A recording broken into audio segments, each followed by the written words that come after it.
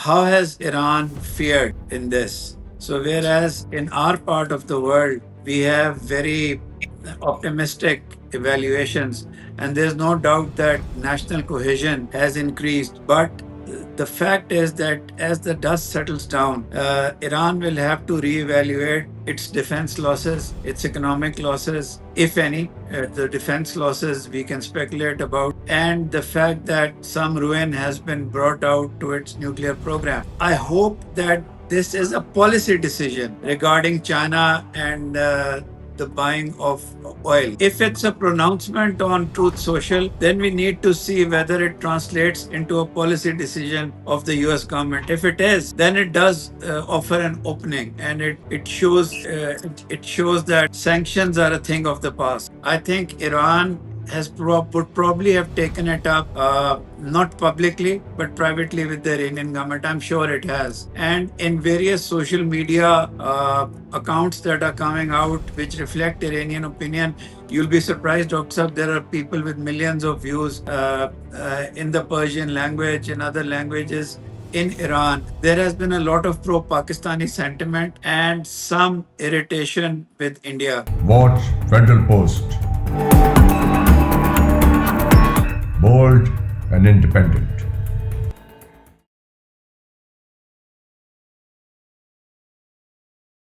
Hello, good evening, and Assalamu alaikum. This is Hassan Zafar with Talking Politics. We have Ambassador Imran Ali Saab with us. He has served as Pakistan's ambassador to Oman and other Middle Eastern countries. Thank you very much, Ambassador Saab, for joining us. It's an honor, sir. It's an honor to be on the program.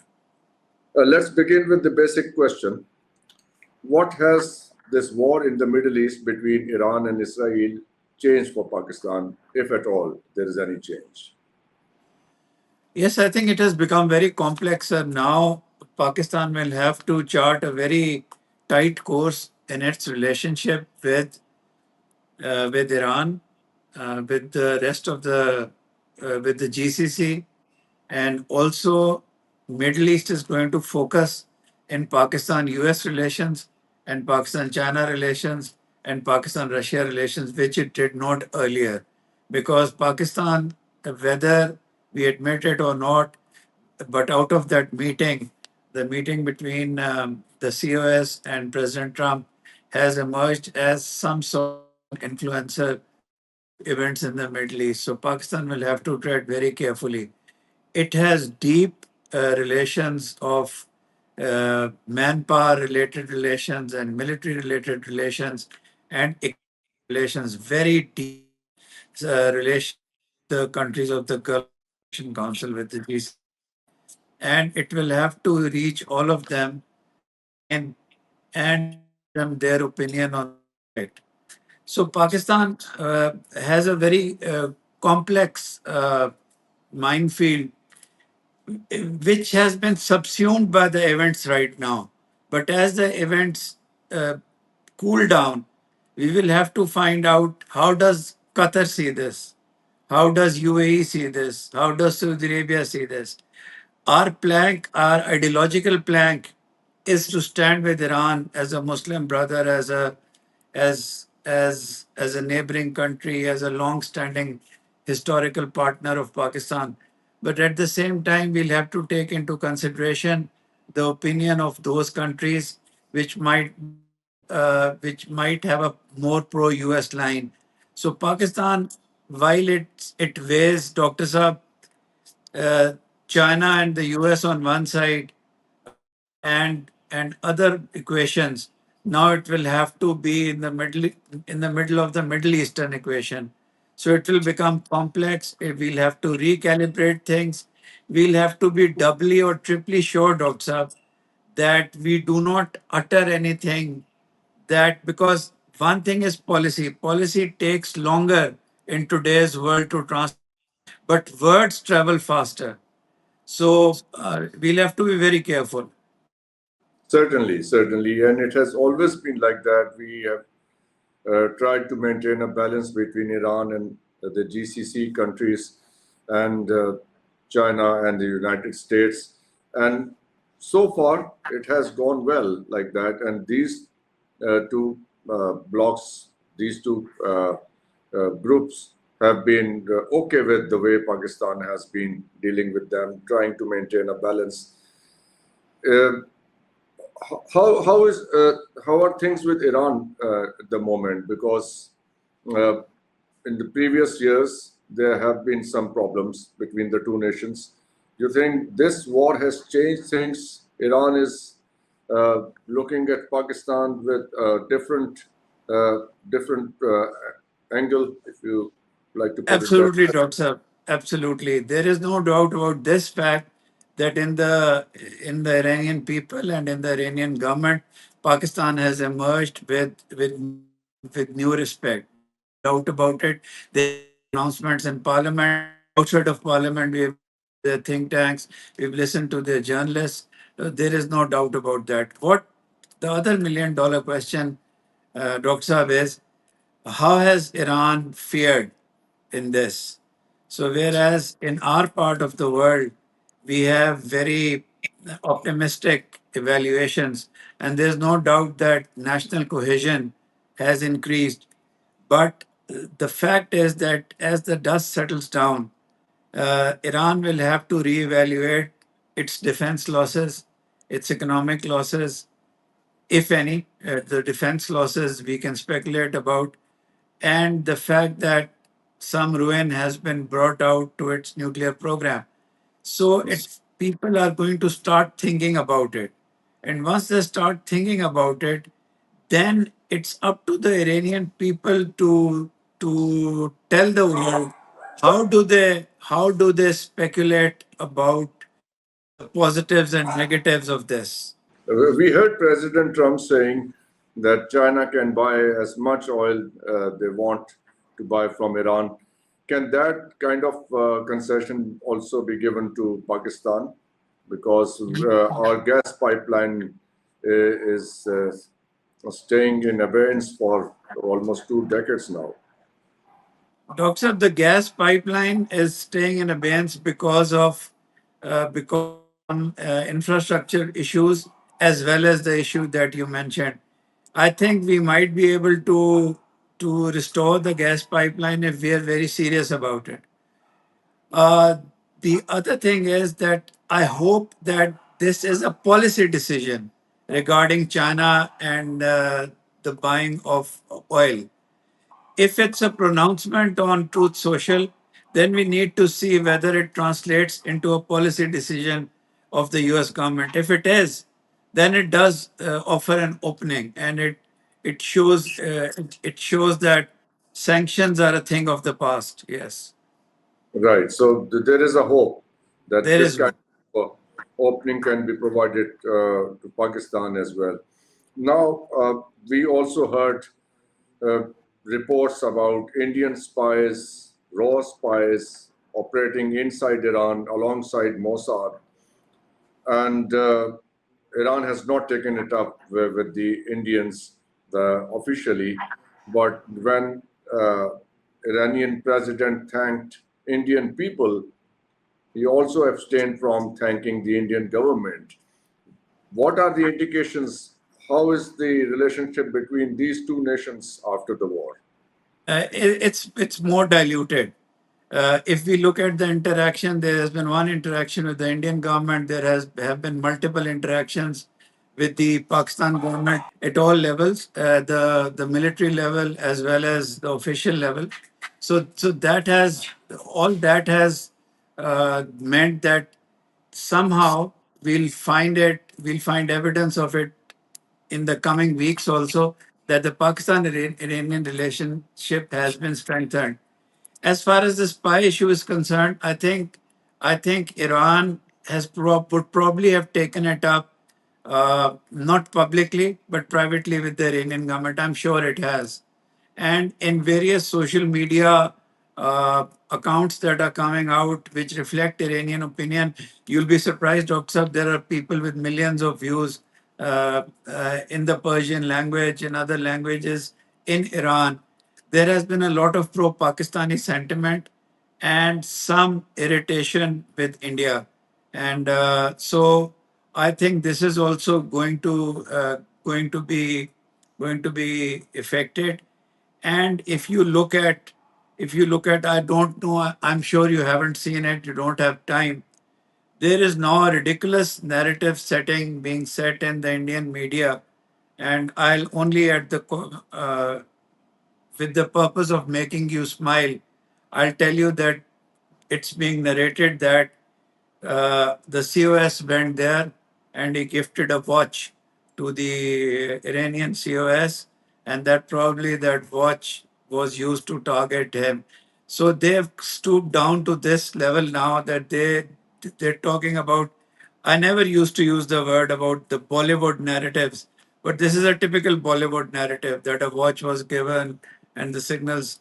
So things are in ferment in the Indian intellectual and social sphere. You can feel that they're like shouting out loud. Pakistan is relatively fine, so I think it's been pretty dark for the Indians starting from Pahalgam up to now.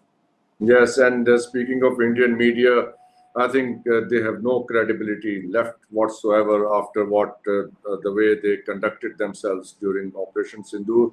And it also reminds me of an ex-army officer from India who was on television who made really obnoxious remarks about the Irani foreign minister. Imagine, Roxa, imagine the gall of that man, and then the Indian government has to say that he's not associated with us. Pretty lame, because he is always he looks like working as a spokesman for the government and the prime minister. So fat chance anybody would believe the government. Yeah, definitely. So things are really not in a very good shape between Iran and India at the moment.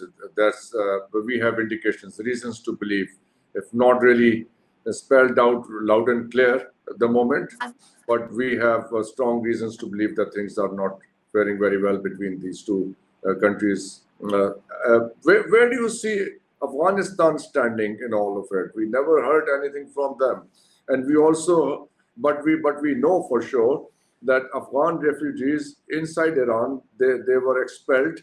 Many of them left, and we also heard that some of them were also involved in the spying business. There, they were also mentioned. Yes, Dr. Saab, before the advent of the present government in Afghanistan, the previous government, it was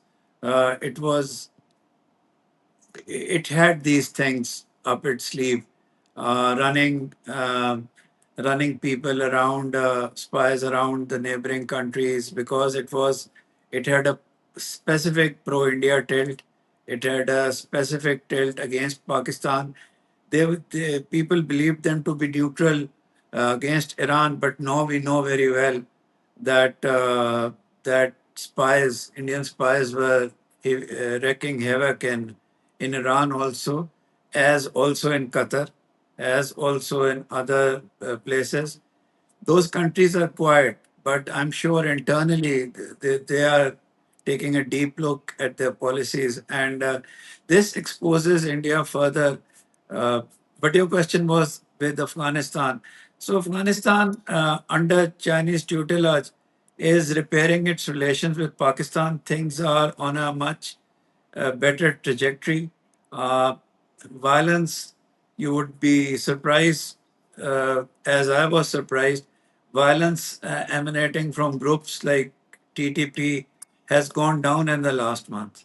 It has Yes, it has very visibly subsided, we can say. visibly The subsided. Yes, the initial response to the ceasefire in the Middle East as well as elsewhere, it was full of skepticism that it would not last. It has been almost 2 days, for more than 48 hours since the ceasefire came into effect. How does it look now? I think, Dr. Saab, in this phase, it will last. It will last because the American president has put the weight of his credibility on the ceasefire. I'm not saying it would last because Israel has achieved, quote unquote, its war objectives, which nobody should have any doubt was a regime change. So they have not been able to do so. There is a question mark on damage to the nuclear facilities. Although today the US military had to come out and do another public relations exercise, but their own intelligence report suggests that it's a question mark. We really don't know what Yes. happened. So if Uh, Israel has stopped, it has stopped because of the weight of the US president. okay. And And that's what Dr. Saab would probably make the ceasefire last. I hope so. We all hope so. Last thing, we heard a lot about Abrahamic Accord, and that was the main plan. It was actually put across by President Trump. What are the prospects of this accord being signed by everybody involved in the Middle East, including Iran? Dr. Saab, uh, I think first we'll have to look at the fact whether there is a revival of the talks with Iran, including IAEA and others. So there is a big question mark on them. Then, uh, after the supreme leader's speech, I think about 20 minutes ago or 30 minutes ago, um, he's not been conciliatory. He's saying that any other attack, I think he fears a violation of the ceasefire, Dr. Saab. So he has said that any other violation, we will hit back hard. I know it's mostly rhetorical, but for Iran to sign it, and for Saudi Arabia and our other brotherly Gulf countries to sign it immediately, maybe talks would start on it, Dr. Saab, because I think President Trump would like it, because he would like to start afresh, and probably it's part of the bigger plan that he has for the Middle East.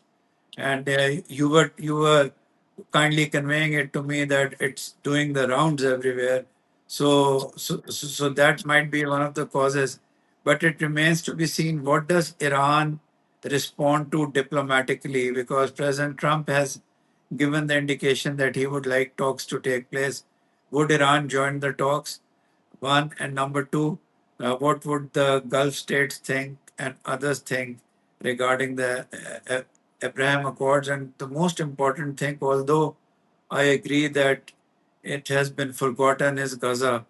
Today was one of the most peaceful days in Gaza, because only, I think, a few people were killed, although even one soul killed is too many.